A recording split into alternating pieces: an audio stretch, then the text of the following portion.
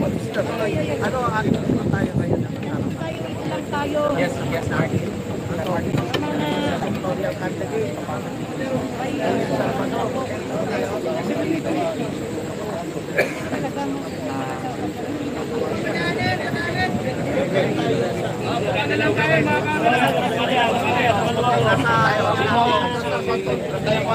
Duterte!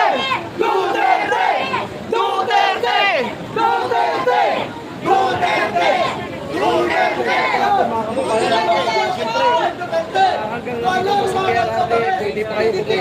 Baka mo, may kukain akong t-shirt. Walang inigit, walang walang tabarin. Inukulong na si dating Pangulong Duterte. Umiiral ang diktadorya sa gobyerno. Tinatawag! Tama! No more Marcos! No more Marcos ever again! Wala na Marcos sa ibaboto! No more Marcos! Mga Marcos!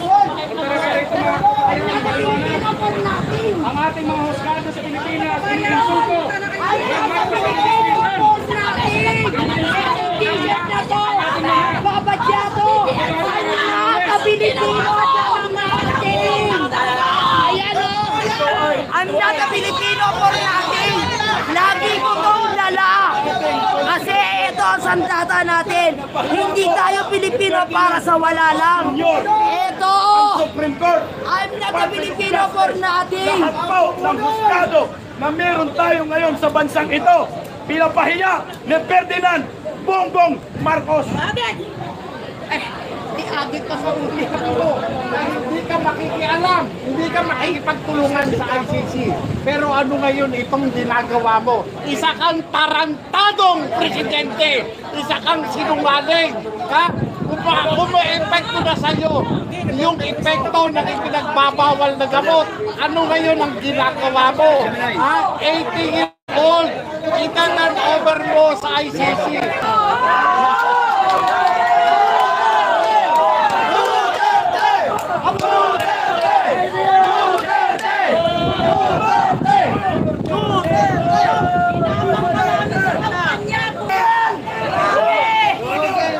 Naniwala kami! Itutuloy mo ang pagbabago! Itutuloy mo ang mga proyekto! Nasaan? Marcos government! Ang daming empleyado! Nasaan ang pondo ng Pilipinas?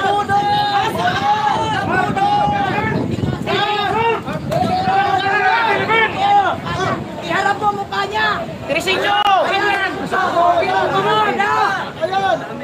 Matakatotoo yan! Ang tasaglan sa babo!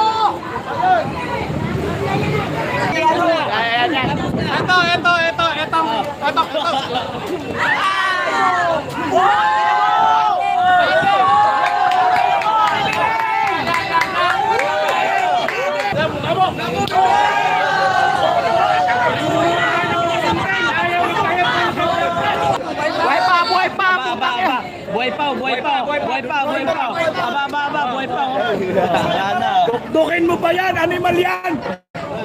Salot yan! Salot sa lipunan! Insulto sa demokrasya! Yan! Insulto! Ihugot nila! Malaking bako! Pero nakiusap kami! At mga taong ito! Ginawa ko!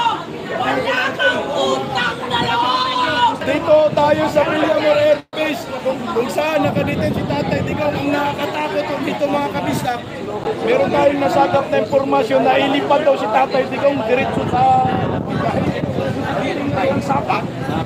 Yan ang sinasabi. Maayos kami!